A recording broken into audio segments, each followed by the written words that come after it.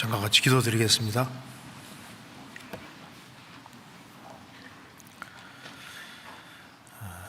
자비로우신 우리 아버지 하나님,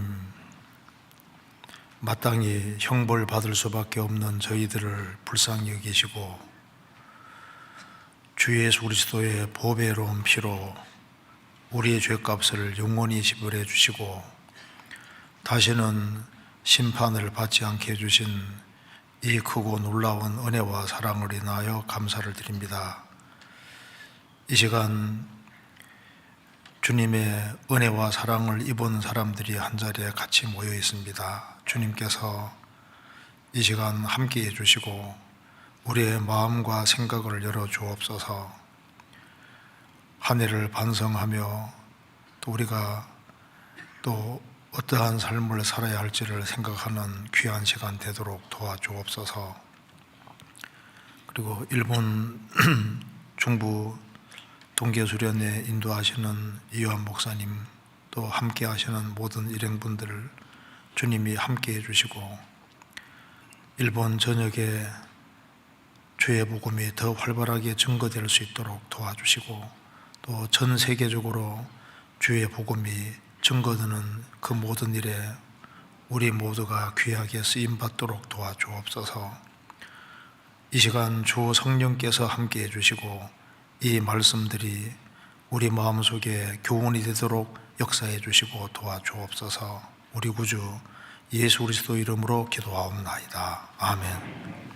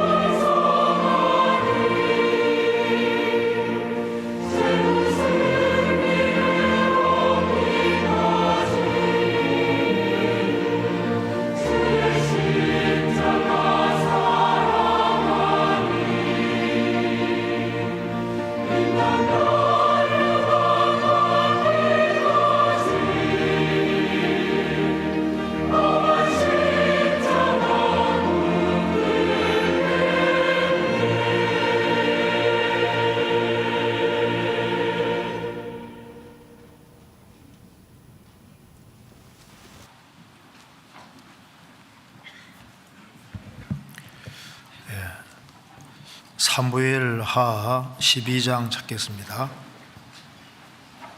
사무엘하 12장입니다.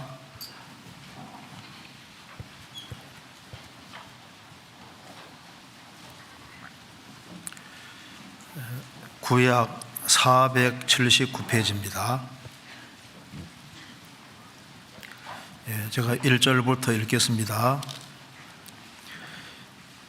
여호와께서 나단을 다윗에게 보내시니 와서 저에게 이르되 한 성에 두 사람이 있는데 하나는 부하고 하나는 가난하니 그 부한 자는 양과 소가 심히 많으나 가난한 자는 아무것도 없고 자기가 사서 기르는 작은 암양 새끼 하나뿐이라.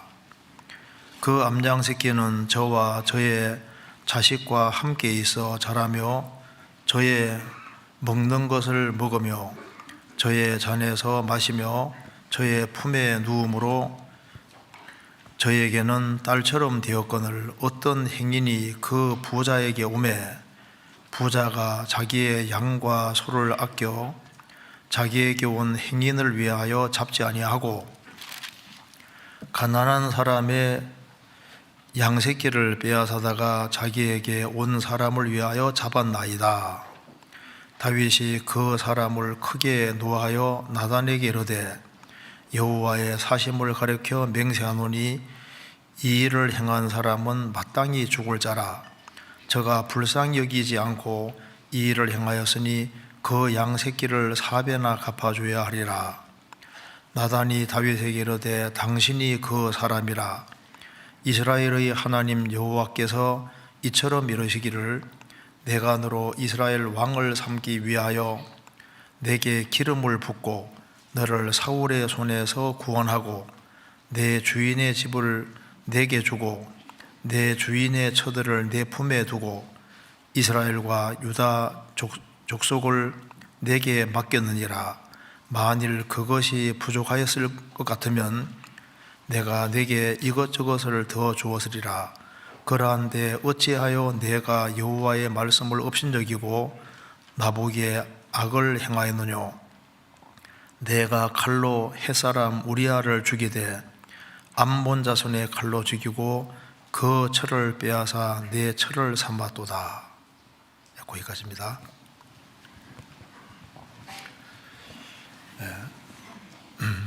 이화 목사님께서 지금 일본 중부 지역 동계수련회 가셨습니다. 그래서 제가 대신 나왔습니다.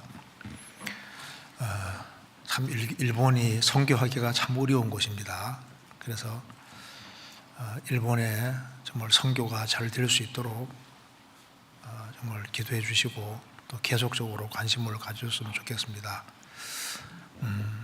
제가 오늘은 여기에 7절 말씀 이걸 좀 생각해 보려고 합니다. 나단이 다윗에게 이르되 당신이 그 사람이라. 이걸 조금 말씀드리려고 합니다. 그 바로 11장 내용은 다윗이 우리아의 아내를 범하고 우리아를 죽이는 내용이 기록이 되어 있습니다. 그런데 다윗이 참으로 회개치 않고 있는 겁니다. 속으로는 이제 그거 알고 있었는데, 그래서 하나님이 나단 선지자를 보내서 이제 예를 들어서 얘기를 하는 겁니다. 다윗이 얼마나 큰 죄를 지었는지를 깨닫게 해주려고 이런 1절 12장 1절 이하의 말씀을 하고 있습니다. 한 성에 두 사람이 있는데 하나는 엄청 부자고 하나는 가난하다는 겁니다. 부한 사람은 양과 소가 심히 많지만은 가난한 자는 아무것도 없고 자기가 사서 기르는 작은 암양 새끼 하나뿐인데, 어떤 한 사람이 한 행인이 부자에게 왔는데 자기는 대접할 게 굉장히 많은데 그 자기의 양과 소가 그렇게 많은데 그걸 잡지 않고 아주 가난한 사람의 그 암양 새끼를 뺏어서 이제 대접했다 그 말입니다. 그 얘기 들으니까 다윗이 아주 크게 노했습니다. 5절에 다윗이 그 사람을 크게 노하여 나단에게 이르되 여호와의 사시물을 가리켜 맹세하노니 이 일을 행한 사람은 마땅히 죽을 자라.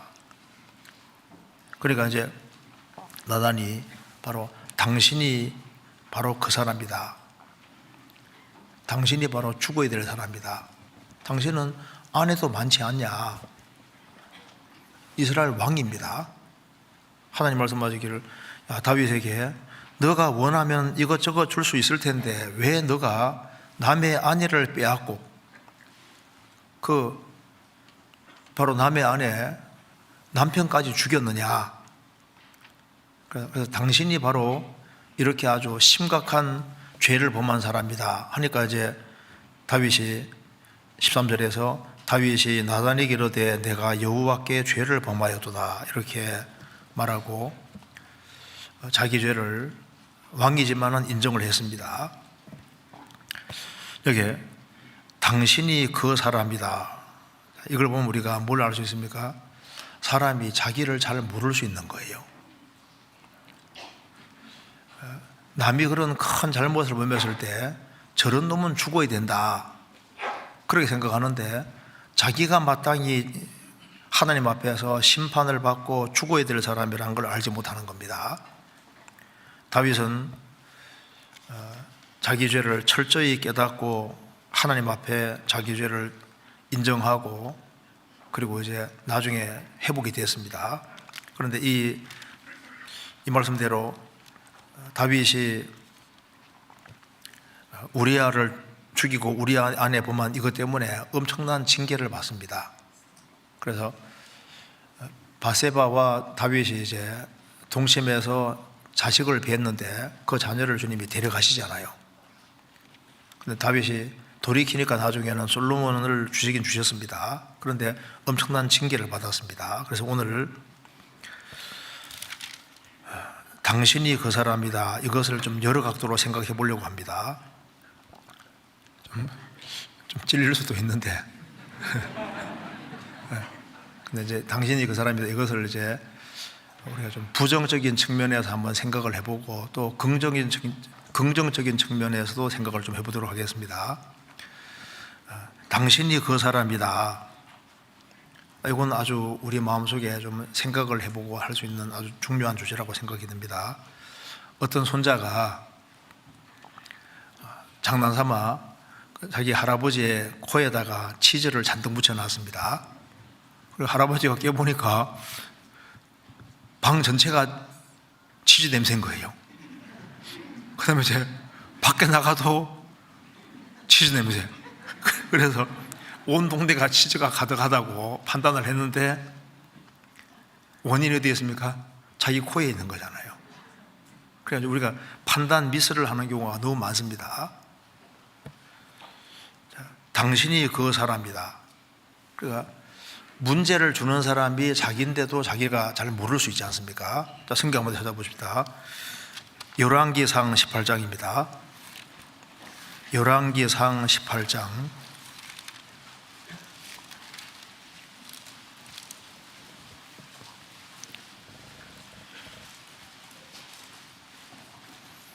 18장 16절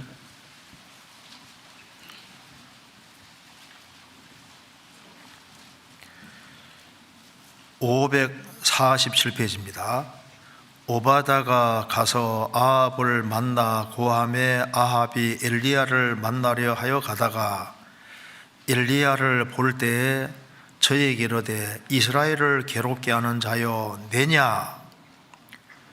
저가 대답하되 내가 이스라엘을 괴롭게 한 것이 아니라 당신과 당신의 아비의 집이 괴롭게 하였으니 이는 여호와의 명령을 버렸고 당신이 바알들을 쫓았음이니라. 이스라엘 땅에 3년 기근이 있었습니다. 근데 아합은 이 엘리야 때문에 이런 큰 기근이 왔다고 생각을 합니다. 그런데 아합이 이세벨과 결혼하고 이스라엘 땅에 바알 숭배를 끌어들여서 그 볼로 하나님이 3년 기근을 줬는데 자기 때문인지 모르는 거예요. 그래서 엘리야를 원수로 생각합니다. 그래서 엘리야를 만나니까 저에게 이르되 이스라엘을 괴롭게 하는 자여 내냐.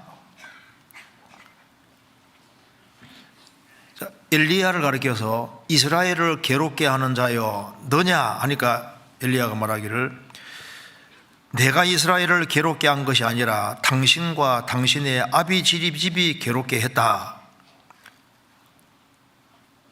그래서 사람은 참 이 아합은 자기를 잘 모르고 있습니다. 근데 이것이 남의 얘기가 아니다 그 말입니다.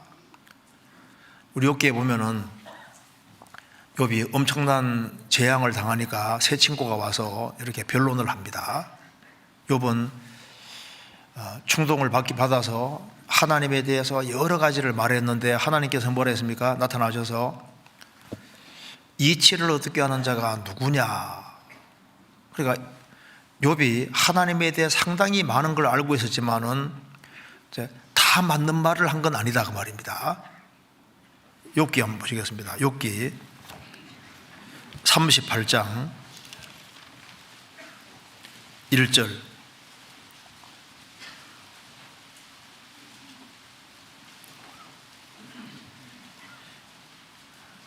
(797페이지입니다) 때 여호와께서 폭풍 가운데로서 욥에게 말씀하여 가라사대 무지한 말로 이치를 얻게 하는 자가 누구냐.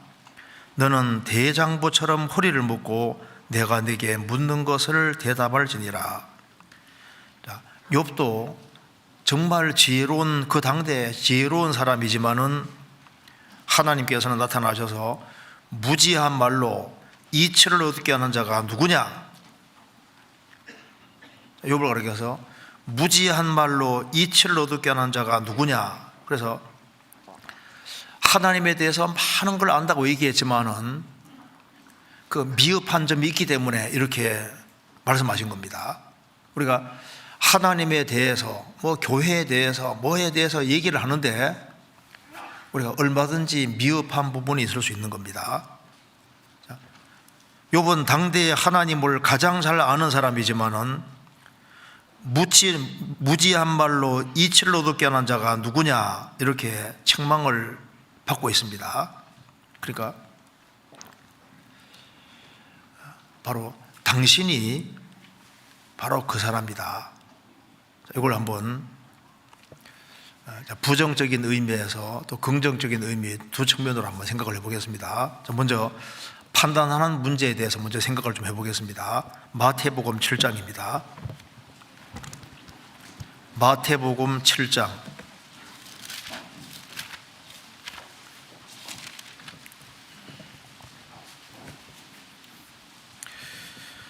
7장 1절입니다. 비판을 받지 아니하려거든 비판하지 말라. 너희의 비판하는 그 비판으로 너희가 비판을 받을 것이요 너희의 헤아리는 그 헤아림으로 너희가 헤아림을 받을 것이니라.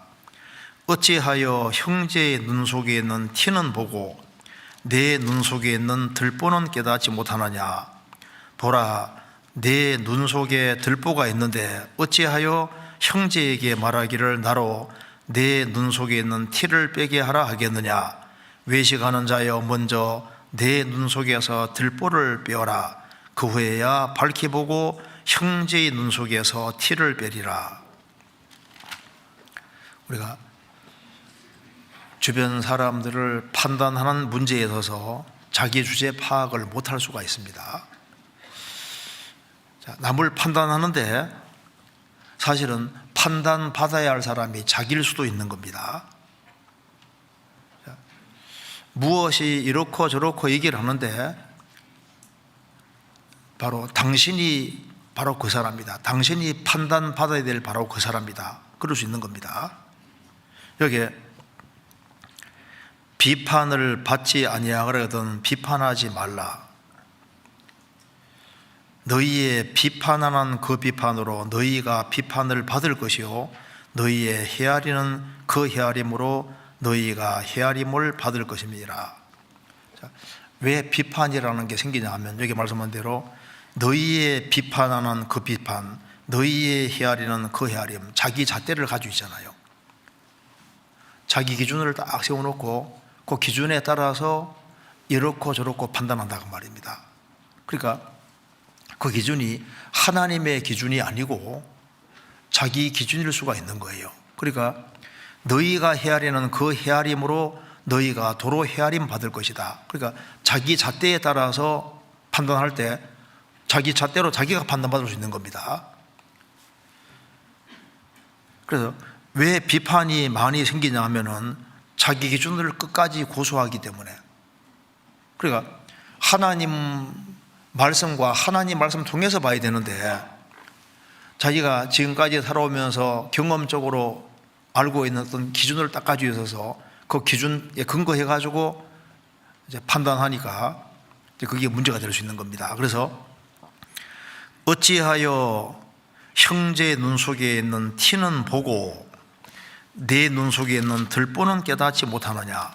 그러니까 형제의 눈 속에 있는 티는 보고, 티가 있긴 있다는 얘기입니다. 그런데 형제의 눈 속에 있는 티는 보고, 형제의 눈 속에 있는 티를 보려면 자세히 봐야만 보일 겁니다. 성경을 자세히 보고 하나님을 자세히 보면 얼마나 좋겠습니까? 눈 속에 있는 티는 봤는데 내 눈 속에 있는 들보는 깨닫지 못하느냐.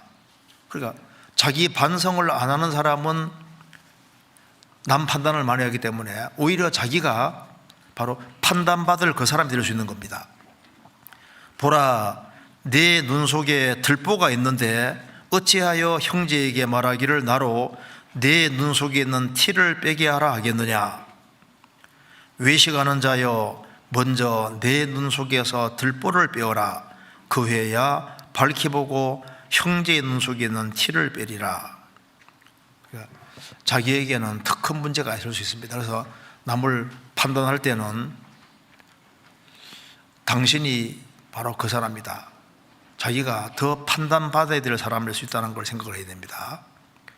그래서 우리 시대는 핑계를 제일 많이 되는 시대입니다.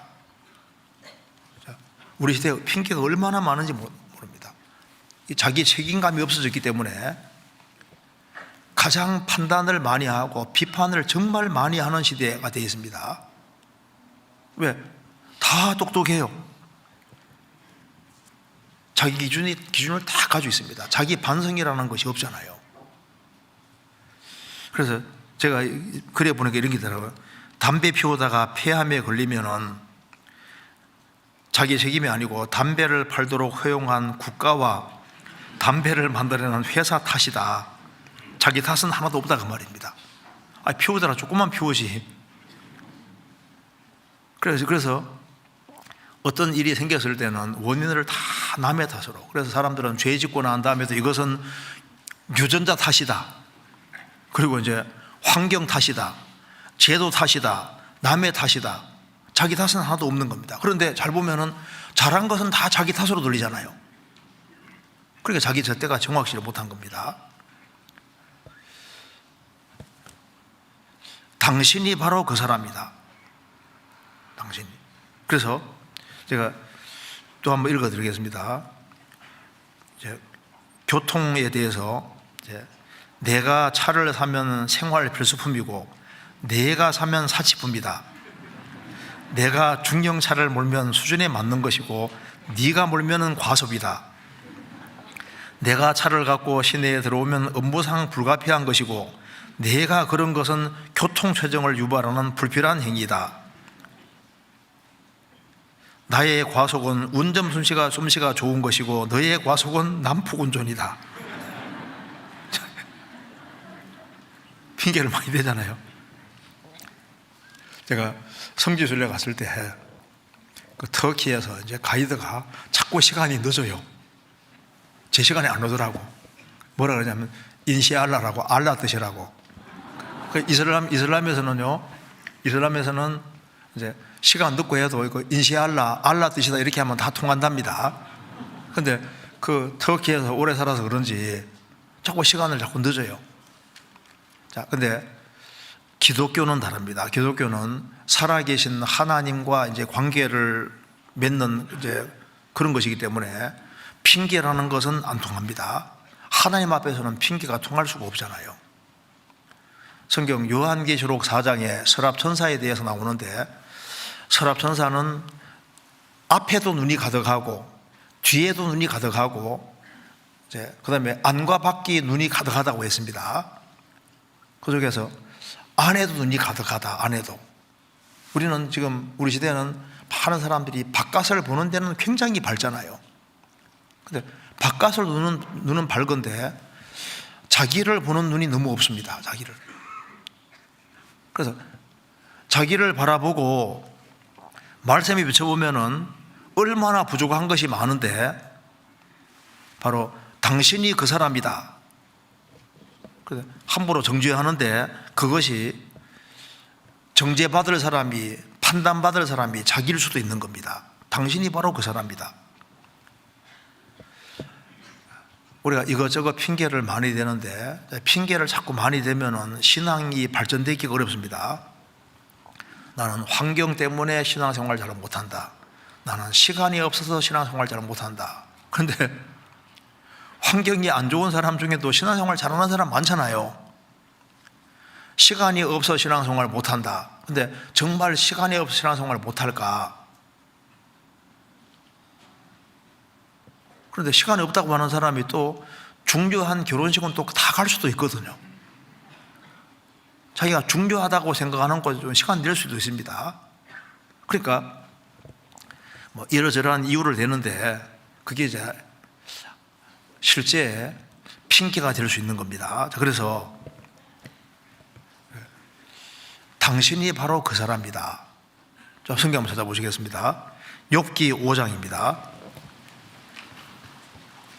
욥기 5장 8절.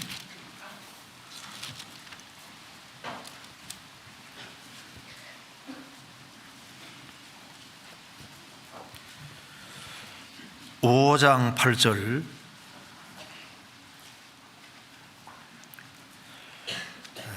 나 같으면 하나님께 구하고 내 일을 하나님께 의탁하리라. 무슨 말이냐면 대만 사람 엘리바스가 하는 얘기입니다. 욥이 그 당대 가장 신앙생활을 잘하는 사람이고 하나님께 칭찬받는 사람인데 전 재산이 날아가고 10명의 자녀가 죽고 몸 전체가 병이 들고 아주 비참하게 됐습니다. 그래서 엘리바스가 보니까 욥이 틀림없이 죄를 지었다고 생각했습니다. 그래서 욥을 판단하면서 말합니다. 5장 8절에 나 같으면, 욥이 이제 이런 아주 심각한 상황에 있는데 너무 힘들어하는 걸 보면서 나 같으면 하나님께 구하고 내 일을 하나님께 의탁하리라. 욥이 말합니다. 내가 너의 입장에 있다면 나는 너처럼 그렇게 힘들어하지 않을 거다. 난 내 같으면 하나님께 아주 바짝 구하고 그리고 내 일을 하나님께 의탁할 것이다. 그런데 이것이 엘리바서가 한 얘기인데, 이 엘리바서가 욥과 같은 그런 어려움을 정말 당했다면, 욥과 같이 10명의 자녀가 있는데 10명의 자녀가 정말 죽고 재산 전체가 날아가고 몸 전체가 정말 병이 들고 이런 상황에 처하면은 나 같으면 하나님께 구하고 내 일을 의탁하리라. 정말 그럴 수 있을까? 만일 엘리바서가 이런 고통을, 욥과 같은 고통을 받았다면은 욥이 힘들어하는 정도가 아니라 하나님을 욕하고 저주하고 하나님을 완전히 부인하는 사람이 될지도 모르는 겁니다. 그래서 남이 고통받을 때 아이고 그런 거 하나 못 참냐고, 나 같으면은 더 기도하고 뭐 어떻게 할 텐데, 근데 그 말이 아닐 수 있는 거예요. 넘어진 사람 보고 나는 그렇지 않을 것이다. 그런데 당신이 바로 그 사람이, 당신은 그보다도 못할 수도 있다 그 말입니다. 그래서 여기 나 같으면, 나라는 존재는 하나님이 안 도와주면 얼마든지 넘어질 수 있는 존재인데 나 같으면은 이런 상황에 처하면 이렇게 할 거다. 근데 그거보다 훨씬 더 못할 수도 있는 겁니다. 욥보다 훨씬 더 힘들어할 수도 있고, 자신이 욥보다 아주 안 좋은 상황으로 치달을 수도 있는 겁니다. 안 당해봤으니까. 나 같으면은 하나님께 구하고 내 일을 의탁하리라. 어떤 분이 이제 사춘기 시절에 있는 자녀 때문에 막 고통을 받고 있으면요, 신앙생활 잘하는 사람이 너무너무 힘들어하면요, 아이고, 나 같으면 저렇게 안 할 텐데. 그런데 한번 당해보면요, 이해가 된다고요. 왜 저러는지, 왜 들어누워 있는지. 신앙생활 그렇게 잘했는데도 어떤 사람 갑자기 병 같은 게 올 수도 있잖아요.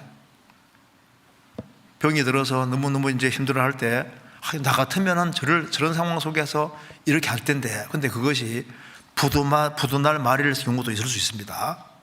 그러니까 여기에 나 같으면 하나님께 구하고 내 일을 의탁하리라. 여기 성경에 말씀한 대로 당신이 그 사람, 당신은 그거보다 훨씬 못한 사람일 수도 있는 거예요. 우리 이제 성경 읽어보면 출애굽한 이스라엘 백성들이 그 10가지 애굽에 내리는 10가지 재앙 다 봤습니다. 그죠? 홍해바다 갈라지는 것도 보고, 그리고 광야 40년 생활 속에서 매일매일 만나가 내려오는 걸 먹었습니다. 이제 반석을 치니까 물이 나왔습니다. 낮에는 구름 기둥, 밤에는 불 기둥이 매일 있어요. 그 속에서도 하나님께 원망하고 불평하고, 어쩌면 저럴 수 있을까? 나 같으면은 그렇게 안 할 텐데. 성경이 뭐랬습니까? 당신이 바로 그 사람이다. 이스라엘이 출애굽에서 40년 광야 생활할 때 우상 숭배로 3,000명이 죽습니다. 그리고 간음하다가 24,000명이 죽습니다. 총 24,000명입니다. 근데 또 주를 시험하다가 뱀에게 물려서 엄청 많이 죽었습니다. 그런데 대다수는 왜 죽었습니까? 불평하다가 다 죽은 거예요. 근데 그것이 남의 문제가 아니다 그 말입니다. 불평하다가 넘어지는 것처럼 불평하다가 넘어지는 일이 얼마든지 있습니다. 불평하는 사람 마음속에는 마귀가 잘못된 것을 집어넣기가 아주 좋은 장소인 거예요. 마음에 범사에 감사라 그랬는데 불평과 불만, 원망 이런 것이 속에 들어있으면 마음에 틈이 생겼습니다. 마귀로 틈을 타지 못하게 하라. 틈이 생기면 그 다음에 마귀 그 속에다가 별 생각들을 다 집어넣을 수 있는 거예요. 나는 출애굽한 이스라엘 백성들처럼은 안 될 거다. 그런데 많은 사람이 신앙생활 속에서 실제로 넘어졌습니다. 당신이 그 사람이다. 그럴 수 있는 겁니다. 성경에 나와 있는 인물도 보면 참 한심하게 느껴지죠. 근데 그게 때로는 그게 자기 모습일 수도 있는 거예요. 이걸 이제 불신자와 관련해 한번 생각을 해보겠습니다. 자, 먼저 열왕기상 2장 찾겠습니다. 열왕기상 2장, 여기에 다윗이 죽음 앞에서 한 말씀입니다. 열왕기상 2장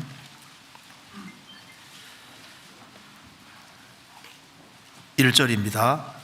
열왕기상 2장 1절.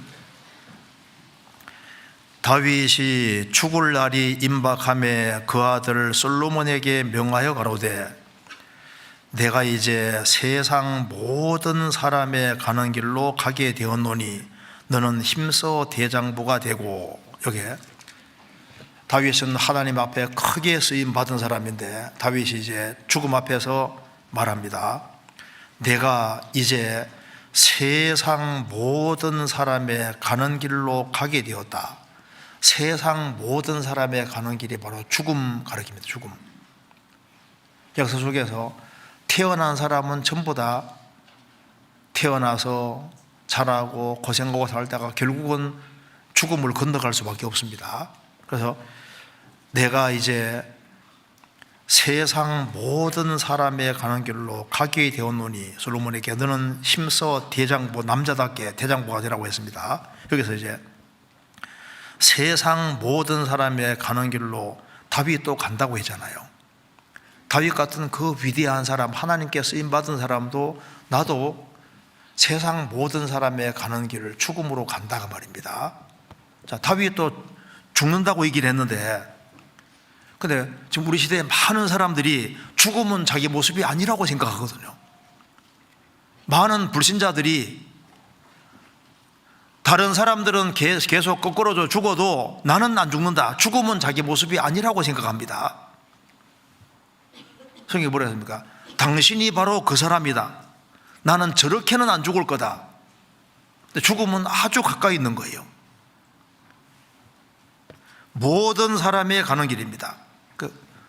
누구든지 언제든지 죽음을 맞이할 수 있는데, 구원을 받은 사람, 진리 가운데 살아가는 사람은 하나님의 계획 속에 죽지만, 구원받지 아니한 사람은 나이가 많이 들어야만 죽는 게 아닙니다.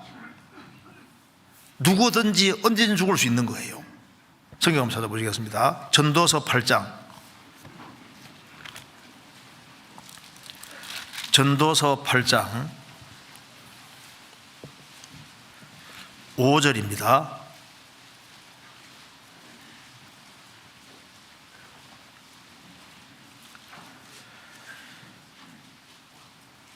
무릇 명령을 지키는 자는 화를 모르리라. 지혜자의 마음은 시기와 판단을 분별하나니, 물은 무슨 일에든지 시기와 판단이 있으므로 사람에게 임하는 화가 심함이니라. 사람이 장래일을 알지 못하나니 장래일을 가르칠 자가 누구이랴. 자, 무릇 명령을 지키는 자는 화를 모르리라. 지혜자의 마음은 시기와 판단을 분별하나니, 일정한 시기에 판단해야 될 문제가 있습니다. 우리가 인생을 쭉 살아가는 가운데 일정한 시기에 판단해야 될 문제가 있는데, 우리가 장래를 모르는 속에 판단하게 되지 않습니까? 그래서 물은 무슨 일이든지 시기와 판단이 있으므로 사람에게 임하는 화가 심함이니라. 사람이 장래일을 알지 못하나니 장래일을 가르칠 자가 누구이랴. 장래를, 미래를 모르는 상태에서 일정한 시기에 판단해야 될 문제가 있잖아요. 내가 오늘 지하철을 타야 될까, 버스를 타야 될까, 오늘 밖에 나가야 될까, 나가지 말아야 될까, 오늘 이제 어느 곳에 가야 될까, 가지 말아야 될까, 이런 판단해야 될 문제가 항상 있는데, 미래를 모르는 상태에 판단해야 되니까 화가 심하게 된다고 말입니다. 그래서 사람이 장래를 모르는 상태로 판단해야 되는 거니까, 구원 안 받은 사람은 인생의 주관자가 자기입니다. 너는 범사에 그를 인정하라, 그리하면 내 길을 지도하시리라. 인생을 주님께 맡기고 살아가는 사람은 주님은 미래를 다 보시니까 이리저리 이끌어 줄 수 있는데, 하나님께 기대지 않고 인생의 주인이 자기가 주인으로 되어 있는 사람은 열린 세상에 살고 있으니까 자기 판단에 따라서 어떤 곳에 가야 되고 가지 말아야 될 걸 자기가 판단하는 거니까, 자기가 판단 잘하면은 오래 살 수도 있는 것이고, 판단 잘못하면 빨리 죽을 수도 있는 거예요. 죄가 많아 빨리 죽는 것이 아니라고 했습니다. 일정한 시기에 판단해야 될 문제가 있기 때문에 누구든지 언제든 죽을 수 있는 세상인 겁니다. 그래서 예수님 이렇게 말씀하셨습니다. 누가복음 13장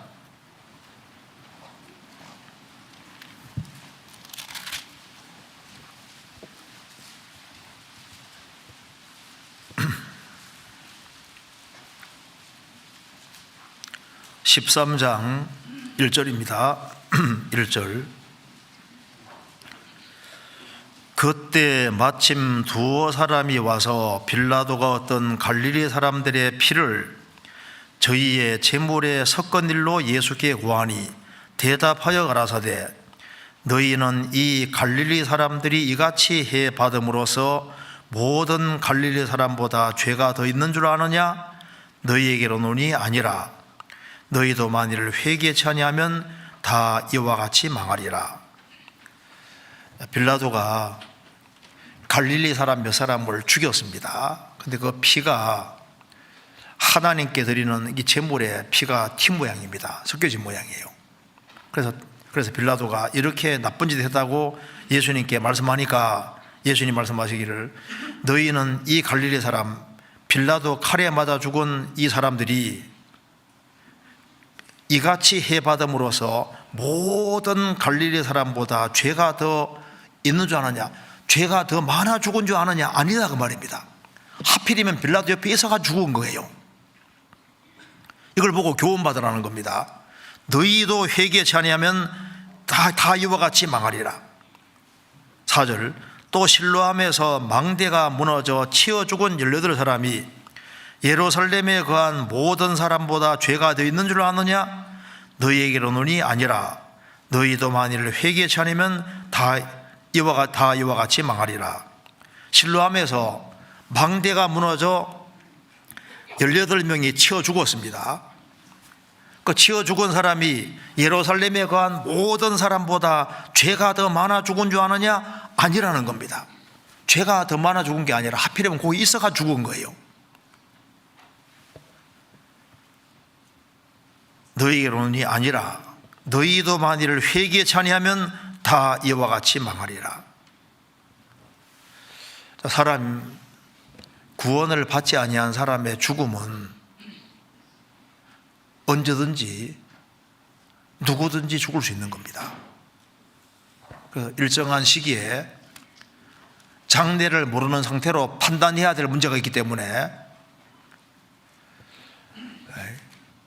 다른 사람은 죽어도 나는 안 죽을 거다. 그런데 어느 날 갑자기 죽는 그 자리에 자기가 있게 되는 거예요. 당신이 바로 그 사람이다.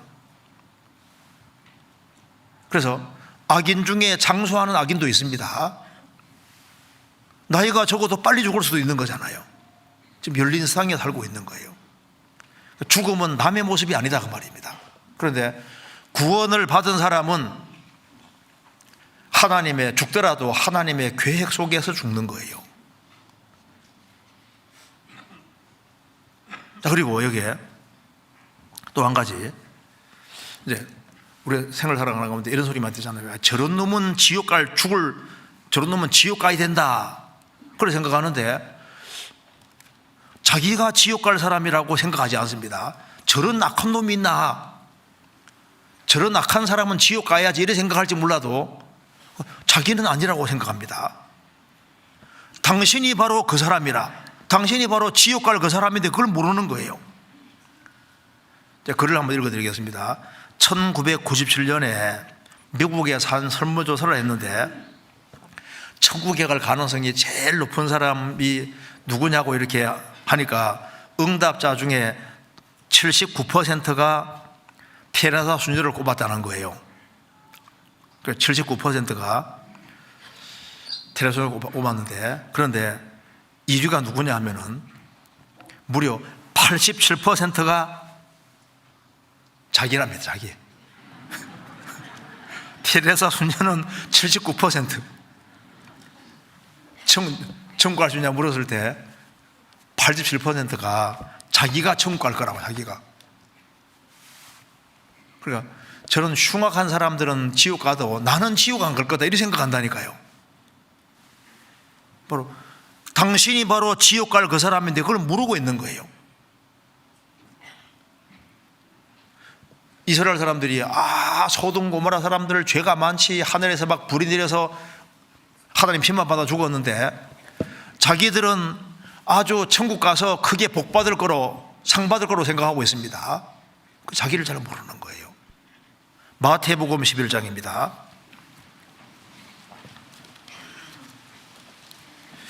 마태복음 11장 20절.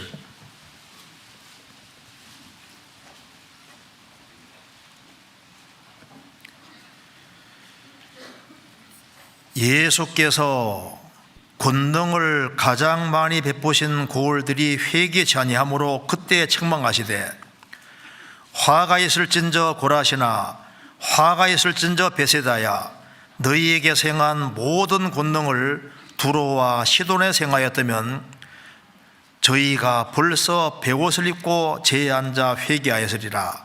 내가 너희에게 이르노니 심판날에 두로와 시돈이 너보다 견디기 쉬우리라. 그런데 여기 잘 보십시오. 가버나움아 내가 하늘에까지 높아지겠느냐.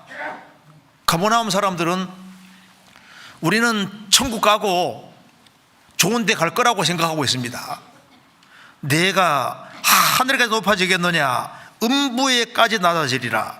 내게 행한 모든 권능을 소돔에 행하였다면 그 성이 오늘날까지 있으리라. 내가 너희에게 이르노니 심판날에 소돔 땅이 너보다 견디기 쉬우리라 하시니라. 그러니까 소돔 고모라 사람들 음란에 그걸 달렸는데 그 사람들보다 훨씬 더 큰 심판을 받을 사람이 자신들은 저 천국에 좋은 데 간다고 생각하고 착각하고 있는 거예요.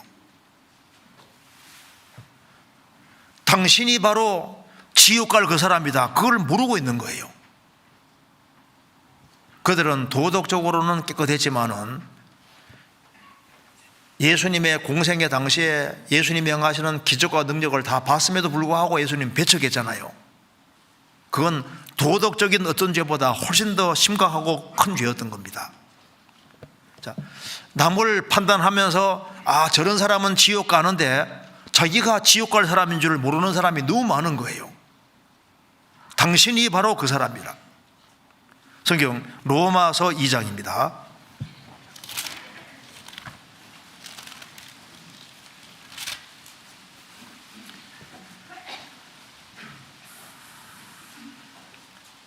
(2장 1절)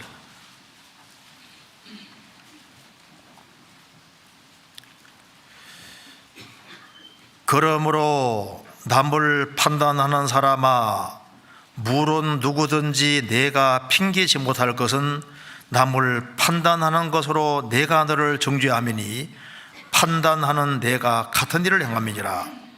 이런 일을 행하는 자에게 하나님의 판단이 진리대로 되는 줄 우리가 아노라. 이런 일을 행하는 자를 판단하고도 같은 일을 행하는 사람아 내가 하나님의 판단을 피할 줄로 생각하느냐. 유대인들은 이방인들을 개처럼 취급하고 이방인을 함부로 판단했습니다. 로마서 1장은 특별히 이방인의 죄입니다. 그런데 유대인들도 나을 것이없다고 하면서 하는 얘기입니다. 이런 일을 행하는 자를 판단하고도 같은 일을 행하는 사람아 내가 하나님의 판단을 피할 줄 생각하느냐. 이방인들은 하나님의 판단을 받는데 너희는 판단 안 받을 줄 알았느냐. 잘못 생각했다는 겁니다. 예수님께서 유대인들에게 이 뱀들아 독사의 새끼들아 어떻게 너희가 지옥의 판결을 피하겠느냐. 그들은 천국 간다고 생각하는데 사실은 주제 파악을 못하고 있는 거예요. 자, 마태복음 7장에 주의 이름으로 선자 노릇하고 귀신 내쫓고 많은 권능을 행치 않았습니까? 할 때 주님 모른다고 하지 않습니까? 그 많은 사람들이 이제 인용을 하면서 자기는 그 속에 안 속한다고 생각한다니까요. 자기는 쫓겨날 사람이 아니라고 생각합니다. 내가 이렇게 열심히 하는데 내가 왜 이러죠? 그런데 거듭난 적이 없음에도 불구하고 마태복음 7장을 인용하면서 자신은 당당히 천국 간다고 생각을 하거든요. 내가 이렇게 하나님 말씀을 열심히 전하고 기적도 행하고 능력도 행하는데 자기는 예외라고 생각해요. 그런데 거듭난 적은 없거든요. 나더러 주여 주여 하는 자마다 천국에 다 들어갈 것이 아니요 다만 하늘에 계신 내 아버지의 뜻대로 행하는 자에 들어가니. 뜻대로 행하는 게 어떻게 하는 걸까요? 뜻대로 행하는 자라에 들어간다고 했습니다. 그런데 마태복음 7장 읽어보면은 아버지 뜻대로 행하는 게 뭐냐 하면은 양의 옷을 입고 나오거나 속에는 일이라고 했잖아요. 이리가 양가죽 쓰고 있어도 양이 되지 아니하면은 천국 못 갑니다. 나쁜 나무로 있으면은 천국 갈 수 없어요. 나쁜 나무가 좋은 나무가 되는 게 거듭나는 거잖아요. 모래 위에 집을 아무리 세워도 소용없습니다. 반드시 반석을 갖춰야 되는 거예요. 그러니까 사람이 거듭나야만 증거할 수 있는 거예요. 그런데 거듭나지 않은 상태에서 많은 사람들이 마태복음 7장을 얘기하면서 그날에 많은 사람이 나더러 이르되 주여 주여 우리가 주의 이름으로 선지자 노릇하며 귀신 내쫓고 많은 군등 행치 않았습니까 하면서 자기는 속 빼놓거든요. 나는 지옥 안 간다. 내가 이렇게 열심히 목회하고 열심히 하는데 내가 설마 지옥 가랴. 그런데 언제 거듭났냐 그 말입니다. 거듭나지 않고도 얼마든지 목회를 할 수 있습니다. 그잖아요.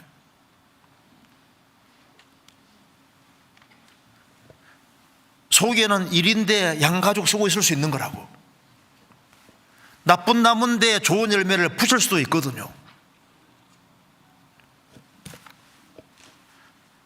반석 갖추지 않았는데 열심히 모래 위에 집을 지을 수도 있는 거예요. 그런데 그걸 다 무너집니다. 당신이 그 사람이라. 주님 앞에서 나는 너를 모른다 하면 이게 얼마나 무서운 것이 되는 겁니까? 주님 오시는 그날 다른 사람 몰라도 나는 확실히 휴거될 거다. 주님이 나만은 데려갈 거다. 근데 자기가 이뤄질 사람이 바로 당신이 바로 그 사람이다 이렇게 될 수도 있잖아요. 이뤄지면 이거 얼마나 무서운 겁니까? 그리고 이제 어떤 사람은 또 도덕을 가지고서 성도들을 막 함부로 판단하는 사람이 있는데 그 착각일 수 있습니다. 보세요. 고린도에 있는 하나님의 교회 그래 시작합니다. 그런데 고린도 교회 안에 벌써 파가 넷으로 갈라져 있잖아요. 뭐 이런 게 교회야. 그리고 고린도에 있는 하나님의 교회인데 교회 안에 음행죄가 있습니다. 계무하고 살고 있는 사람이 있었지 않습니까? 쫓겨났거든요. 법적인 송상 문제도 생기고 성찬용 포도주를 홀짝홀짝 마셔서 취해가지고 그래서 징계로 죽는 얘기도 나오잖아요. 사도 바울을 함부로 판단하고 교회적으로 문제가 많았습니다. 자, 도덕적으로 좀 부실한 것을 보고서 에이 뭐 저런 것이 교회야. 그런데 주님께서 뭐라 했습니까? 근데 이 사람들이 주님 오시면 다 데려간다고 하셨거든요. 왜? 거듭난 것이 사실이기 때문에. 그러니까 도덕 앞에 있는 게 생명인 거예요. 어떤 사람은 우리는 도덕적이다. 생명 있는 속에서 도덕이 있어야 되거든요. 도덕만 있으면 천국 못 간다고. 세상의 모든 종교가 도덕을 가르치잖아요. 생명 있냐고. 생명 있는 속에서 시간 지나가니까 도덕적으로 부실했지만은 주님 역사하시니까 바뀌어졌잖아요. 그런데 단순히 도덕적이지 못하는 그것 때문에 나는 도덕적이니까 천당 가고 너는 도덕적이지 못하니까 천국 못 간다. 근데 생명이냐고 말입니다. 생명 있는 사람은 주님 바꿔 가시잖아요. 생명과 도덕은 연결되는데 먼저 생명이 먼저고 생명 속에서 도덕이 있는 거예요. 고린도전서 4장 찾겠습니다. 4장 15절.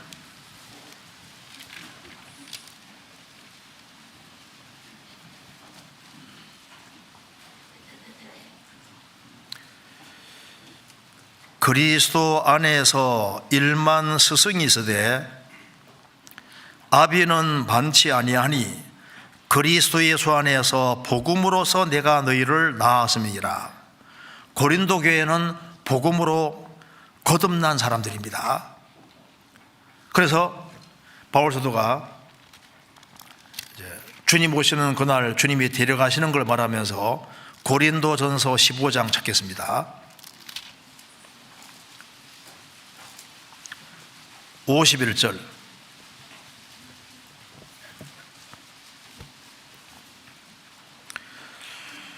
보라, 내가 너희에게 비밀을 말하노니 우리가 다 잠잘 것이 아니요 마지막 나팔의 순식간에 훈련이 다 변하리니. 다 변화하리니, 이 말을 들었을 때 고린도 성도들이 얼마나 큰 마음의 위안이 됐겠습니까? 고린도 성도들은 징계받아서 죽은 사람도 적지 않았습니다. 그런데 주님 오시는 그날 다 변화될 것이다. 왜? 복음으로 거듭났기 때문에. 불신자들이 구원을 받은 사람 중에 좀 부족한 모습을 보고서 에이, 나 저런 구원 안 받아. 그런데 이 사람은 거듭난 사람이고 자기는 거듭 못난 사람이면 당신이 주님 앞에 판단받고 이뤄질 바로 그 사람이 되는 거예요. 그렇지 않습니까? 그래서 마귀에게 누가 속은 사람이냐 하면은 거듭나는 것을 뒤로 미루고 주님 말씀대로 거듭나지 않는 사람은 마귀에게 속은 사람입니다. 바로 당신이 마귀에게 속은 바로 그 사람이 이렇게 되는 겁니다. 그리고 이제 구원받은 성도와 관련해서 한번 생각해 보면요, 어떤 분 이래요. 나는 교회 생활 안 해도 나는 신앙생활을 당신들보다 잘해요. 당신들은 구원받고 교회 생활 열심히 하는 나도 구원받았는데 꼭 교회 연결될 필요가 있냐? 나는 교회 밖에서 연결 안 돼서 부딪힐 일도 없고 부딪힐 일도 없고 갈등 같은 것도 안 갖고 나는 고고하게 깨끗하게 바르게 살아가니까 오히려 나 같은 사람이 상 받고 교회 안에 있으면서 성도들 사이에서 갈등도 있을 수 있고 어려움도 있을 수 있잖아요. 그러니까 내가 당신들보다 큰 상 받을 거예요, 이렇게 생각하는 것이 그 착각입니다. 구원받은 무리 가운데 있는 그 사람이 상 받을 사람이 되는 거예요. 나는 교회에 연결되지 않는 연결된 사람보다 나는 착하게 사니까 나는 큰 상 받을 거다. 나는 아직 변화되지 못한 사람보다 자기가 낫다. 그런데 그게 상 받지 못할 사람이 바로 그 사람이 되는 거예요. 마귀에게 속는 사람이 되는 겁니다. 아브라함으로 생각해 보면 롯은 얼마나 도덕적으로 깨끗한 사람입니까? 그런 소돔에 살면서 정말 의로운 롯이고 저 불법한 행실을 보고 들으므로 심령이 항상 상해했습니다. 그건 의로운 롯입니다. 그런데 그는 불 가운데 없는 구원이 됐습니다. 왜? 아브라함과 사라 통해서는 하나님이 계속 일하시고 있는데 롯은 아브라함과 분리되어 있었잖아요. 아브라함은 큰 상을 받았지만 롯은 자기는 깨끗하게 산다고 했지만은 불 가운데 없는 구원이 됐습니다.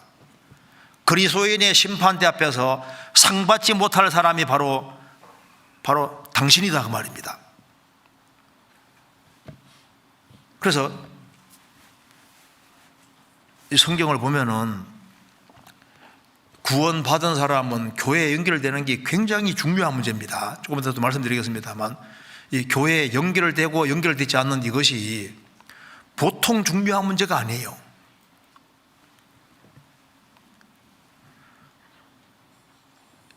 연결되어 있는 사람하고 연결되지 않는 사람 어떨 것 같아요? 저 위에 가보면은 연결되어 있는 사람이 그게 얼마나 큰 일을 한 것인지를 나중에 알게 될 겁니다. 주님이 주님 몸된 교회에 연결되라고 분명히 명령하셨잖아요. 자, 고린도, 그리고 이제 생각해 봅시다. 성경 빌라델비아 제 성경에 보면 라오디에 교회 나오잖아요. 식구들이 말합니다. 나는 부자라, 부유하게 부족한 것이 없다. 나는 부자라. 근데 주님 뭐라 했습니까? 너는 가난한 자라고 분명히 말씀하셨습니다. 영적으로 가난한 사람은 바로 당신이라고 이렇게 말하는 거 마찬가지입니다. 당신이 바로 그 사람입니다. 고린도 성경 찾아봅시다. 요한계시록 3장 보시겠습니다. 요한계시록 3장 17절.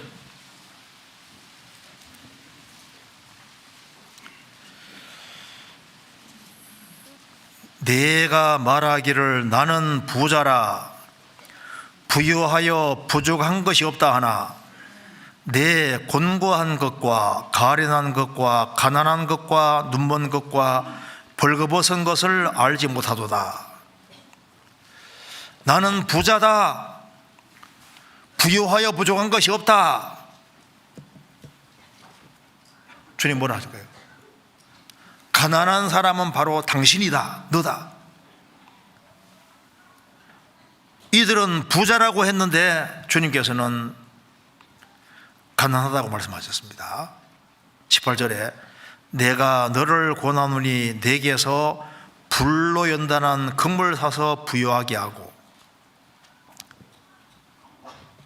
금이 바로 믿음인데요, 그냥 믿음이 아니라 불로 연단한 믿음, 시련을 통과한 아주 순수한 믿음, 가난한 자를 믿음에 부유하게 하시고 믿음이 큰 것이 부유한 거예요. 그래서 믿음이 큰 사람을 가르쳐서 주님께서 너가 부유한 자들 이렇게 말하는 겁니다. 라오디게아 성도들은 말하기를 나는 부자다. 서머나 교회의 성도들은 정말 가난했습니다. 그들은 궁핍했습니다. 주님 뭐라 했습니까? 실상은 내가 부유한 자니라. 그러니까 서머나 교회는 주님께서 부유한 자라 하시고 라오디게아 교회는 주님께서 너는 가난한 자라고 말씀하셨습니다. 그래서 서머나 교회에게 부유한 자들은 당신이라. 주님은 뭘 보고 판단하시냐 하면은 믿음에 부유한 사람이 부유한 사람이라고 보시는 거예요. 그래서 재산이 많다고 해서 부유한 게 아니다 그 말입니다. 육신적으로 안락하다고 해서 부유한 게 아니라 신앙이 확실하고 믿음이 확실한 이것이 훨씬 더 중요한 거예요. 그렇지 않습니까?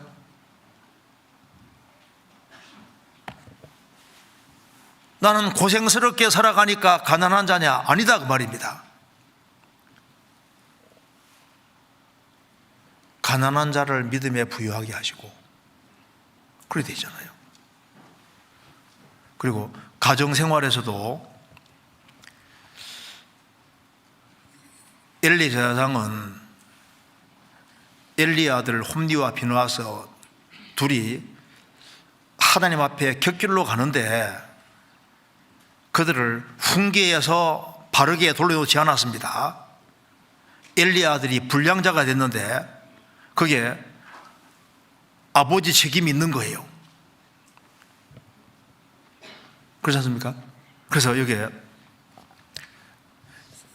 자녀들을 어떻게 하든 간에 구원의 길로 반드시 인도하도록 노력해야 됩니다. 그리고 부모가 있으면 부모를 틀림없이 주님 부모로 인도하려고 그렇게 해야 되는데, 만일 자녀나 부모를 주님 부모로 인도하는 데 등한히 하면은요, 마귀에게 속은 사람이 바로 그 사람이 될 수 있는 거예요. 엘리 제사장은 얼마나 후회하겠습니까? 하나님을 등지는 길을 택하는데 그냥 보고만 있었습니다. 아주 엄하게 고치고 확실하게 돌이키게 하지 않았지 않습니까?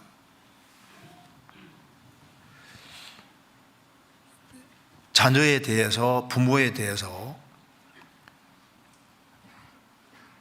우리 책임이 있을 수 있는 거예요. 그잖아요. 아브라함 링컨이 자꾸 책 읽고 공부하는 걸 아버지가 되게 싫어했습니다. 그래서 야, 사람은 그냥 자기 이름만 쓸 줄 알면 되지 공부는 필요 없다고 그 아버지 생각인 겁니다. 근데 링컨 아버지가 이제 계약을 하는데요, 땅의 일부를 파는 것으로 계약을 이렇게 하는데 아들이 이래 보니까 땅 전체를 그 값에 파는 거로 문서가 되어 있는 거예요. 아버지, 여기에 아버지는 일부를 파는데 이 계약서에는 전체를 다 파는 걸로 돼 있어야 하니까 왜?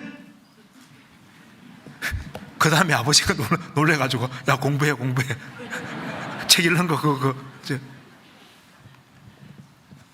자기 판단 가지고 자녀를 저는 함부로 할 수도 있는 겁니다. 그잖아요. 그러니까 여기에 우리 성경 보면은 나는 저러지는 않을 텐데, 근데 그게 자기 모습일 수도 많이 있는 거예요. 우리 성경에 나와 있지 않습니까? 이제 사울이 죽은 이후에 이스보셋이 그 아들입니다. 이스보셋을 뒤에 미는 사람이 아브넬이고, 그 다음에 다윗 편에서 장군은 요압인데 전쟁을 하게 되잖아요. 그래서 이제 아브넬이 야 우리 12명씩 이렇게 군인들을 딱 세워서 서로 적수머리 잡고 찌르는 식으로 장난하자고 했습니다. 그래서 결국은 24명이 엎드려도 죽고 전쟁이 격하게 되는 과정 속에서 아브넬은 이제 요압의 동생을 죽이게 됩니다. 결국은 또 요압은 아브넬을 죽이게 되잖아요. 그런데 장난하자 그 말 때문에 문제가 아주 복잡하게 된 거예요. 그런데 우리 남의 얘기가 아니다 그 말입니다. 아이고 아브넬이 저럴 수가 있을까? 왜 그 말을 했을까? 우리도 가정생활 속에서도 우리가 별로 쓸데없는 말을 끄집어내 가지고 그것 때문에 가정 불화가 심하게 될 수도 있잖아요.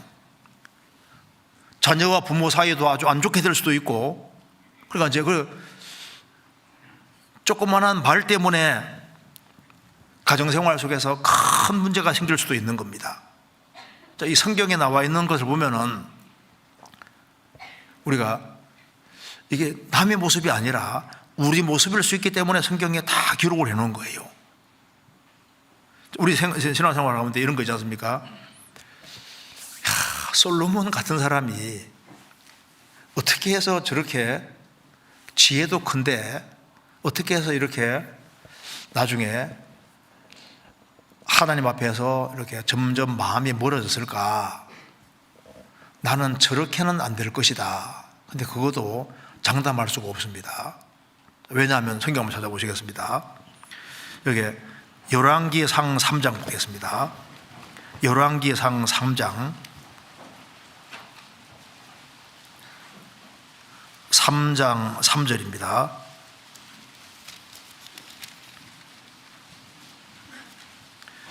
(3장 3절) 솔로몬이 여호와를 사랑하고 그 붙인 다윗의 법도를 행하되 오히려 산당에서 제사하며 분향하더라. 여기 솔로몬이 여호와를 사랑하고라고 했습니다. 열왕기상 11장 가겠습니다. 열왕기상 11장 1절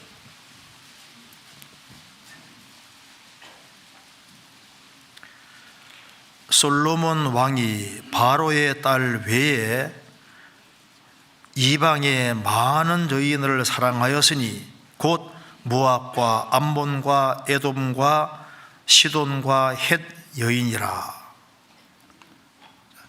여기 솔로몬은 여호와를 정말 사랑했는데 이방 여인도 사랑했잖아요.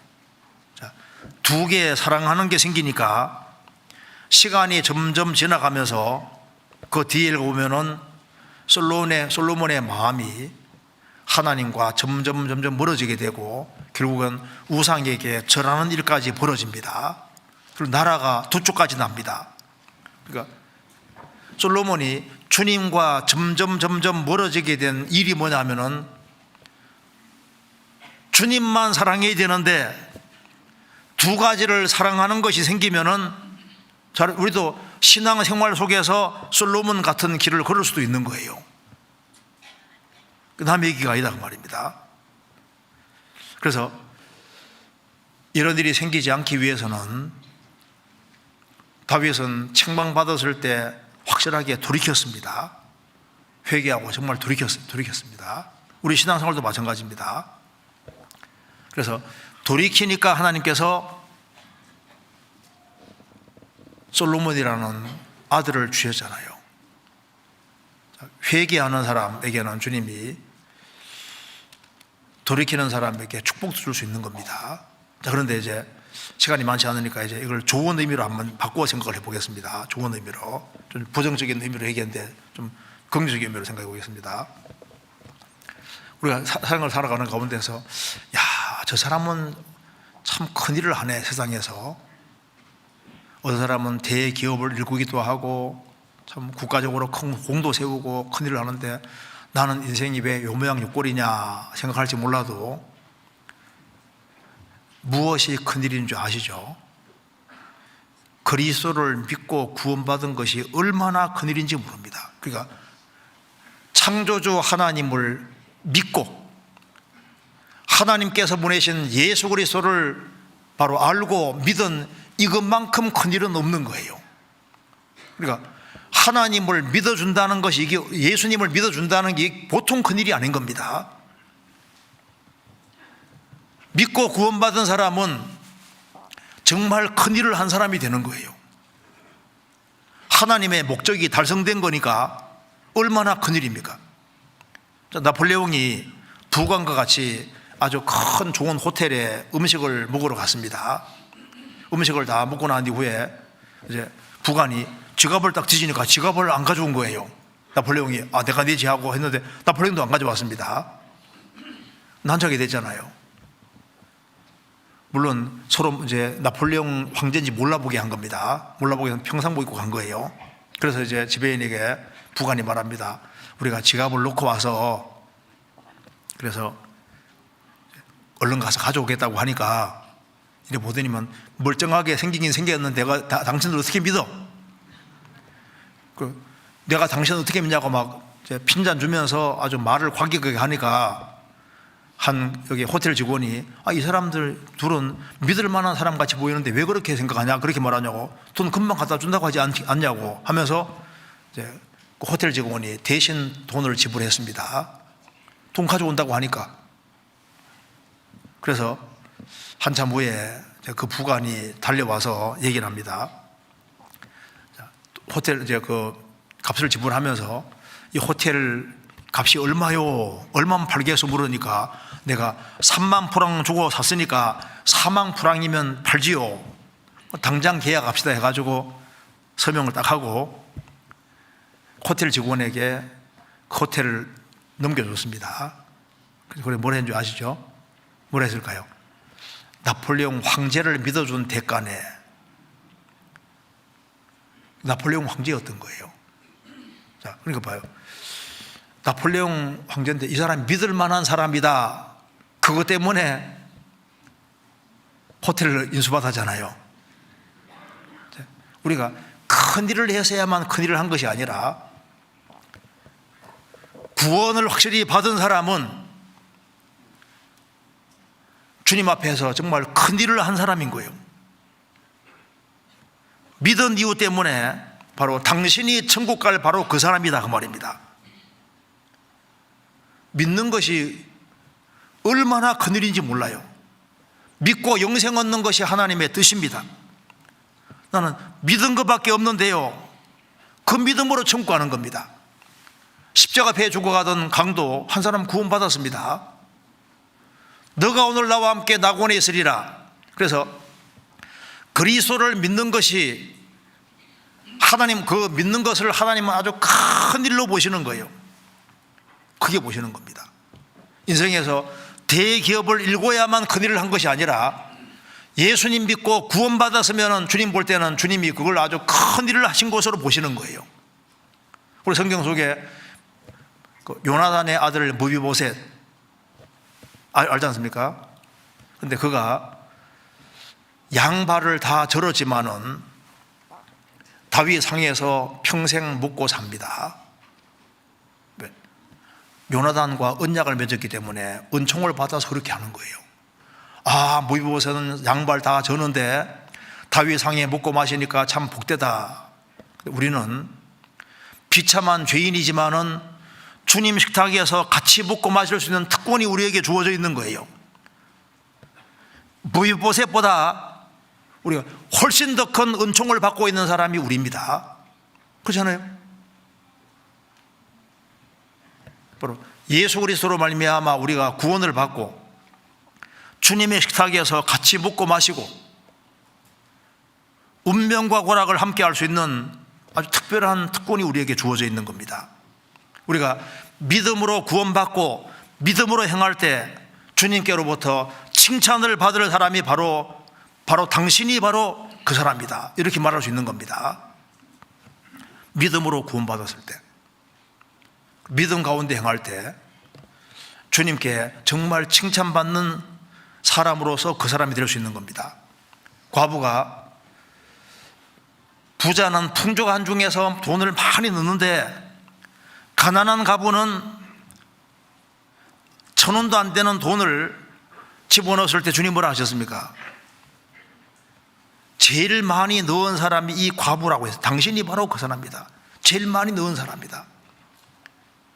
구차한 중에서도 헌금 생활을 바르게 하는 사람, 바로 당신이 주님 볼 때 제일 크게 넣은 사람이므로 주님 보시는 거예요. 그럴 수 있는 겁니다.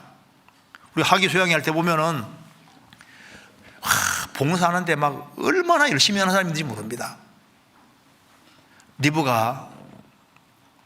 리브가는 아브라함 종이 왔을 때 낙타 10마리를 끌고 왔습니다. 물 좀 달라고 하니까 아브라함 종에게 물을 줄 뿐 아니라 낙타 10마리에게 물을 주는데 한 번 먹을 때 한 80리터 먹는다고 하잖아요.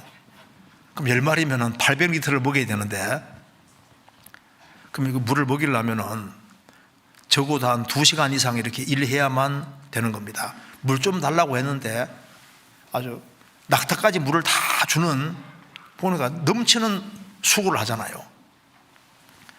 아브라함의 종이 보니까 너무너무 놀랐을 겁니다. 세상에 저런 여자가 있나.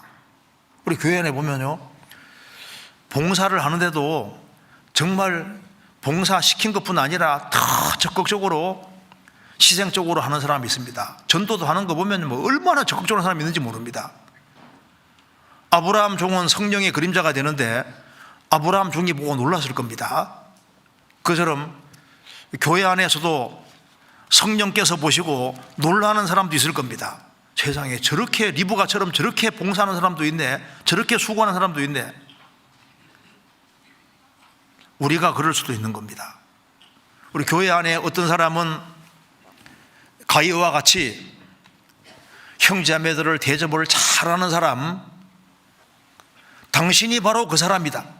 우리가 어떤 사람은 가이와 같은 사람일 수 있습니다. 어떤 사람은 빌레몬 같이 용서를 잘하는 사람은 당신이 바로 그 사람이다. 그럴 사람일 수 있는 거예요. 성경에 나와 있는 인물과 유사한 사람이 될 수도 있는 겁니다. 당신이 그 사람이 될 수도 있는 거잖아요. 그리고 마리아가 예수님 죽으시기 전에 옥합을 깨뜨렸는데 교회가 성장하는 과정에서 옥합 깨뜨리는 사람이 얼마든지 있습니다.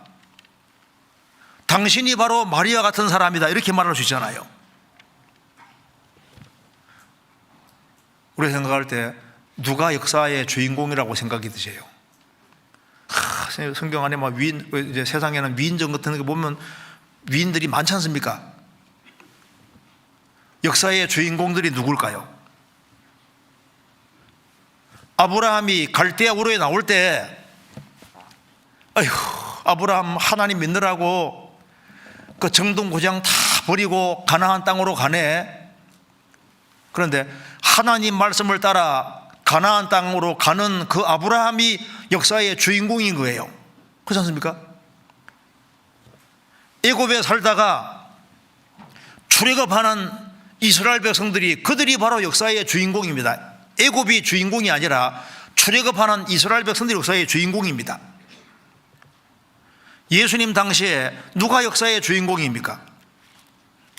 베드로, 야고보, 요한, 안드레, 이런 사람들, 자기의 모든 것을 뒤로하고 예수님을 따르고 예수님과 동고동락하는 그 사람들이 역사의 바로 주인공들이었습니다. 누가 주인공들입니까? 구원을 받고 진리 가운데 살아가는 그 사람들이 바로 역사의 주인공들인 거예요. 성경 고린도후서 6장입니다.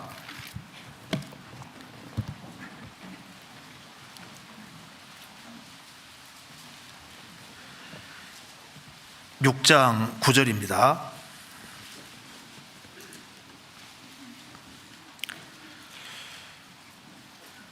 무명한 자 같으나 유명한 자요, 죽는 자 같으나 보라 우리가 살고, 징계를 받는 자 같으나 죽임을 당하지 아니하고, 근심하는 자 같으나 항상 기뻐하고, 가난한 자 같으나 많은 사람을 부유하게 하고, 아무것도 없는 자 같으나 모든 것을 가진 자로다. 무명한 자 같으나 유명한 자요. 누가 유명한 사람이냐 하면은 예수님을 따르는 사람들이, 그 사람들이 유명한 사람들인 거예요. 아무것도 없는 자 같으나 모든 것을 가진 자로다. 최고 부자가 사실은 크리스찬들입니다.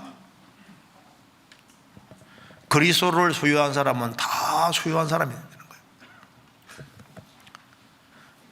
이 세상에서 누가 부자입니까? 당신이 바로 그 사람이라. 구원받은 사람이 모든 것을 가진 사람입니다. 이 세상에 교회가 많지만은 어떤 사람 생각할 겁니다. 초대교회 당시에 있었다면 얼마나 좋았을까. 바울 사도가 설교할 때 한번 들었으면 얼마나 좋았을까. 베드로 설교할 때 한번 들었으면 얼마나 좋았을까. 초대교회에 있었으면 얼마나 좋았을까. 근데 초대교회만 교회가 아니잖아요.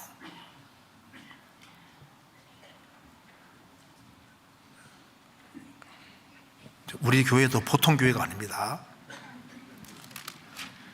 당신이 있는 교회가 바로 그 교회다, 그 말입니다. 진짜 그잖아요. 이게 우리가 지금 이게 좀 굉장히 중요한 겁니다. 주님이 살아 계시고 지금까지 주님께서 내 교회를 내와 세운다고 말씀하셨는데 그 교회가 지금도 있는 거예요. 우리가 몸담고 있는 바로 그 교회가 성경에 있는 바로 그 교회라고요. 자, 그런데 이제 우리가 이제 연말이 되고 이렇게 이제 하면은 이제 임원 막 구성하고 하잖아요. 아이고, 그래서 임원 봉사 받았을 때, 아이고, 이런 하찮은 봉사를 주다니 하면서 당신 하시오 이런 식으로. 그러면 이거 가불이라고, 가불은 하찮은 것이다, 그렇게 생각하는 사람이 없을 겁니다. 우리 교회 안에서 직분이 있든 없든 간에 이게 너무너무 중요한 거예요. 성경 한번 읽겠습니다. 열왕기상 9장입니다. 열왕기상 9장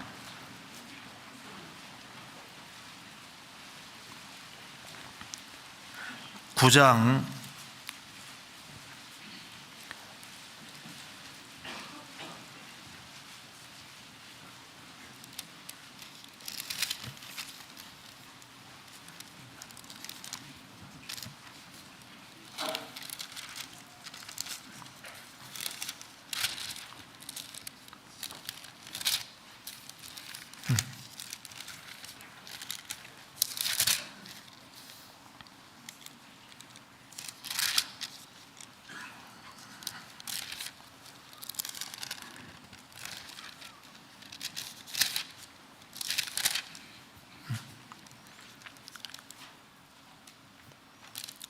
일단 여기 하나만 찾읍시다. 역대하 8장 적혔습니다. 역대하 8장 하나만 찾겠습니다.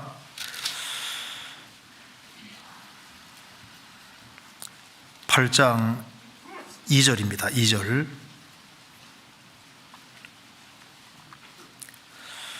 이절에 후람이 8장 2절입니다. 후람이 자기에게 준 성읍들을 다시 건축하여 이스라엘 자손으로 거기 거하게 하니라. 여기 보면은 이제 후람이라는 사람이 솔로몬 성전을 짓는데 공을 많이 세웠기 때문에 솔로몬이 이제 이 갈릴리 지역의 땅을 후람에게 줍니다. 근데 후람이 갈릴리 땅을 딱 받고 난 다음에 가서 보니까 마음이 너무 안 들어요. 그래서 그 땅을 이제 가불이라고, 이제 갈릴리 지역의 그 땅을 가불이라고 이름 붙였습니다. 가불은 하찮은 그런 뜻입니다. 그래서 이제 솔로몬에게 아이고 이거 당신 하시오 하고 다시 되돌려 줬습니다. 그래서 여기에 8장 2절에 후람이 자기에게 솔로몬에게 준 성읍들을 다시 건축하여 이스라엘 자손으로 거기 거하게 하니라. 여기 보면은 솔로몬 왕이 이제 후람이 준 것을 다시 건축해서 그 사람들이 많이 살게 만들었는데, 그 갈릴리 지역 중심으로 해서 예수님이 이제 오셔서 사역해서 아주 거기가 복음의 중심지가 되고 거기 중심으로 해서 복음이 활발하게 전해지게 되지 않습니까? 그럼 여기 후람 왕은 솔로몬이 준 선물을 보고서 마음에 안 들어요. 그래서 이 가불 땅이라고 솔로몬에게 되돌려 줬는데 얼마나 중요한 땅인지를 볼 수가 없었던 겁니다. 그래서 이 땅은 너무 마음에 안 든다. 그래서 솔로몬이 이제 준 땅 자체를 보니까 너무너무 눈에 하찮게 보이니까 이 가불 땅이다 하고 이제 내팽개쳐 버리는데, 근데 그것이 그 왕에게는 아주 큰 실수였습니다. 볼 눈이 없는 거예요. 예수님도 갈릴리 사람이에요. 갈릴리 지역 중심으로 이제 조금만 참으면은 거기가 예수님의 복음의 중심지가 되는데 그걸 보지 못했던 겁니다. 근데 그거 보면 이게 남의 얘기가 아니라 우리도 마찬가지입니다. 우리가 볼 수 있는 눈이 있어야 되는데, 중요한 거로 볼 눈이 있어야 되는데 그 눈이 없는 거예요. 그래서 가불 이렇게 되면은 신앙적으로 큰 손실을 볼 수 있습니다. 우리에게는 어떤 인문이 주어지든 간에 이걸 시시하게 생각하고 하찮게 생각하면 당신이 가불 같은 사람이 될 수 있다 그 말입니다. 섬길 수 있는 기회가 주어질 때 그걸 크게 받을 때 당신이 가치를 아는 바로 그 사람이 되는 거예요. 그렇잖아요. 창세기 27장 찾겠습니다. 창세기 27장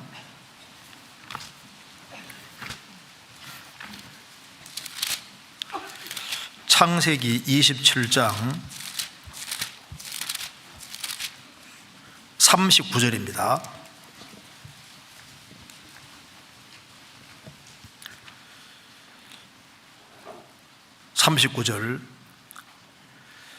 그 아비 이삭이 그에게 대답하여 가로되 너의 주소는 땅의 기름짐에서 뜨고 내리는 이슬에서 뜰 것이며.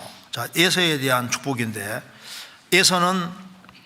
에서가 거주하는 곳은 땅의 기름짐과 관계없고 내리는 하늘 이슬에서 뜰 것이며. 자, 에서는 자기 수한 방법대로 사는 사람이기 때문에 땅의 기름짐과도 관계없고 내리는 하늘 이슬과도 관계가 없습니다. 그런데 이거 적고 한번 찾아봅시다. 여기 신명기 33장입니다. 신명기 33장 28절.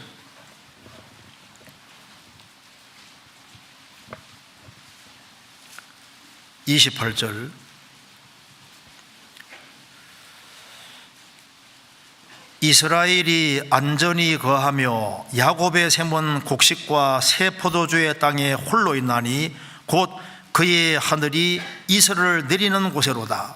이삭에게 두 아들이 있는데 에서와 야곱이 있습니다.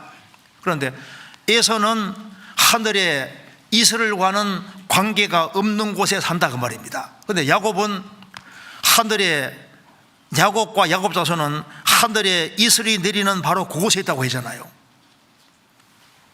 우리 생각합니다.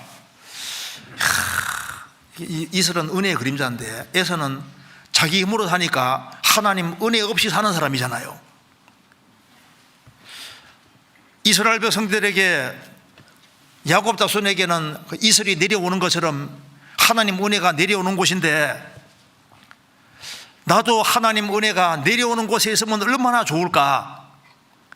자식을 키우다 보면은 하나님 은혜가 절실하게 필요하다는 걸 많이 느끼게 됩니다. 우리 자녀가 하나님 은혜를 받았으면 얼마나 좋을까. 그 은혜가 내리는 곳이 대학입니까? 대학 가지 말란 말이 아닙니다. 은혜가 진짜 내리는 곳이 어디예요? 야곱과 야곱 자손에게 은혜가 내려오잖아요. 은혜가 내리는 곳이 바로 교회입니다. 형제가 연합하여 동감이 어찌 그리 선하고 아름다운고 헐몬의 이슬이 시온의 산들에 내림 같도다.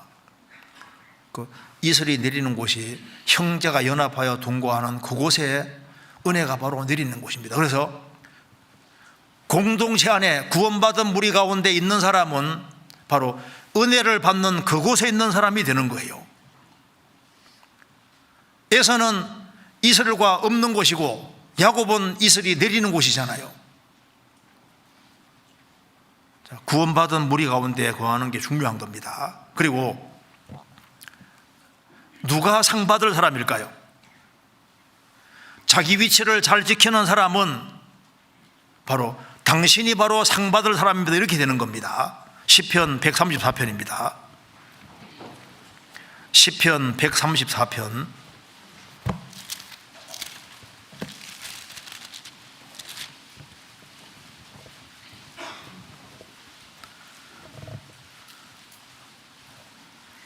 1절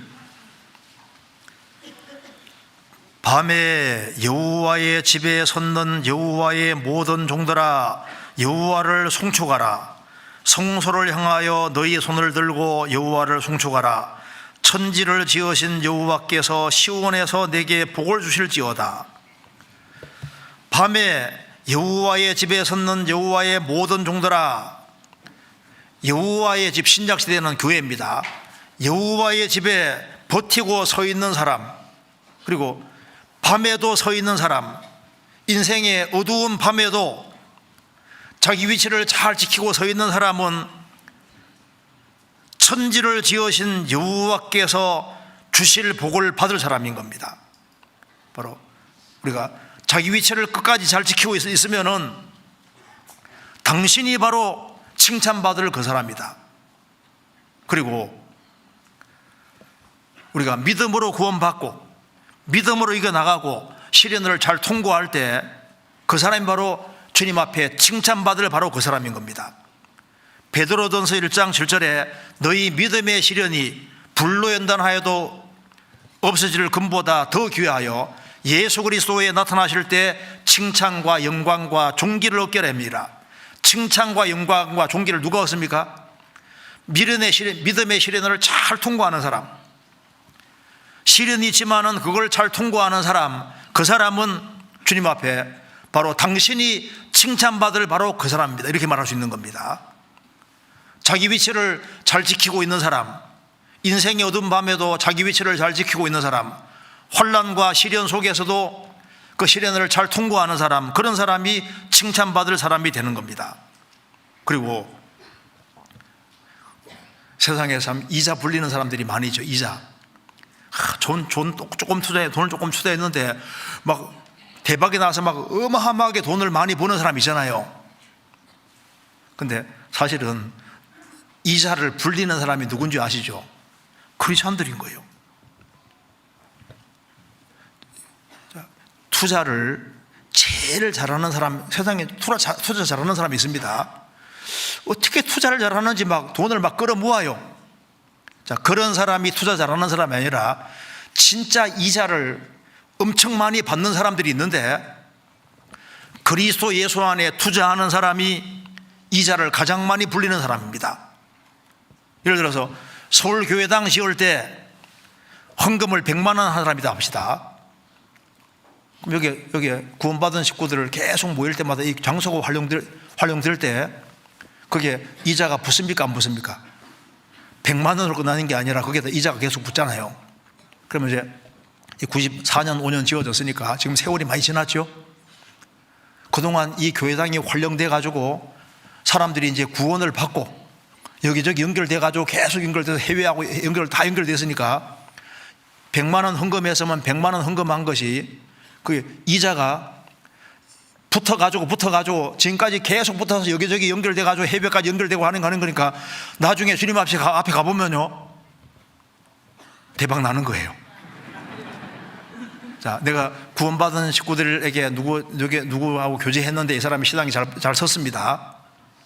근데 그 사람이 또 다른 사람 전도하고 가족 전도하고 이렇게 해가지고 이제 계속적으로 이제 연결돼가지고 이게 일생 동안 연결되는 거니까 나중에 보면요 우리가 주 안에 사는 작은 일이 이것이 한순간으로 끝나는 게 아니라 이것이 연결되는 거니까 이자를 불리는, 그러니까 영혼에다가 투자하는 길이 바로 그거잖아요. 이제 마지막으로 한 구절 보겠습니다. 열왕기상 20장입니다. 열왕기상 20장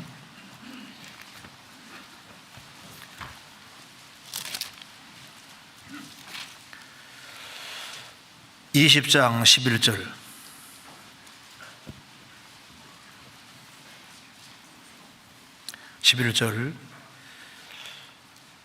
이스라엘 왕이 대답하여 가로되 갑옷 입은 자가 갑옷 벗은 자같이 자랑치 못할 것이니라. 여기 이제 이스라엘 그 아합이 베나돗 왕과 전쟁할 때 한 얘기입니다. 그래서 이제 베나닷이 아주 과하게 요구하니까 결국에는 전쟁을 하게 되는데 여기 이제 아람 왕 베나닷이 자기는 당연히 이길 거로 생각을 하고 있으니까 하는 얘기입니다. 갑옷 입은 자가 갑옷 벗은 자같이 자랑치 못할 것이라. 무슨 말입니까? 자, 갑옷을 입고 있는 사람은 갑옷 벗은 사람과 자랑 못할 것이다. 이게 무슨 말이냐면은 갑옷 벗은 사람은 전쟁을 끝내고 이기고 난 다음에 갑옷을 벗는 거잖아요. 근데 갑옷을 입고 있는 사람은 전쟁 중에 있으니까 전쟁 끝나지도 않았는데 이긴 것처럼 착각하지 마라 그 말입니다. 갑옷을 전쟁에서 이기고 난 다음 벗어야 되는 거지 않습니까? 지금 우리도 마찬가지입니다. 우리도 우리의 삶이 진행 중이고 상도 진행 중입니다. 그래서 누가 잘 될지는 아직 알 수가 없어요. 지금 내 인생이 기구한 것이 지금 더 좋은 것인지 안 좋은 알 수가 없습니다. 인생은 진행 중이고 하나님 앞에 있으니까 당신이 바로 그 사람이라 좋은 의미가 될지 나쁜 의미가 될지 진행 중입니다. 우리가 주님 오시는 그날 사실 갑옷을 벗는 사람이 되는 거예요. 그래서 전쟁에 다 승리할 때까지는 우리는 아직 갑옷 입고 있는 사람이 되는 겁니다. 그래서 마치 자기가 전쟁에 다 승리한 것처럼 갑옷을 벗은 사람처럼 자만하면 안 된다 그 말입니다. 우리 신앙생활은 계속적으로 진행 중에 있습니다. 그래서 주님 오시는 그날까지 매번 조심하면서 우리가 생활을 살아야 될 겁니다. 그래서 당신이 바로 그 사람이다. 이걸 이제 우리가 부정적인 측면에서 생각해보고 긍정적인 측면 두 측면에서 우리가 생각을 해봤습니다. 같이 기도하시겠습니다. 자비로우신 우리 아버지 하나님, 저희들을 주의 보배로운 피로 구원해 주신 것을 감사합니다. 역사의 마지막 시대를 살아가는 저희들에게 복음을 알게 하시고 또 귀한 사명을 맡겨 주셨습니다. 이 일을 잘 감당할 수 있도록 주님이 항상 함께 해주시고 또 주님 몸된 교회 안에서 귀하게 쓰임받도록 역사해 주시고 주님 오시는 그날 칭찬과 영광과 존귀를 얻을 수 있도록 우리의 삶을 다스려 주옵소서. 또 일본 선교 그리고 또 세계 선교, 그 모든 선교에 주님이 항상 함께해 주시고 주의 역사와 능력을 더욱 나타내 주옵소서. 우리 구주 예수 그리스도 이름으로 기도하옵나이다. 아멘.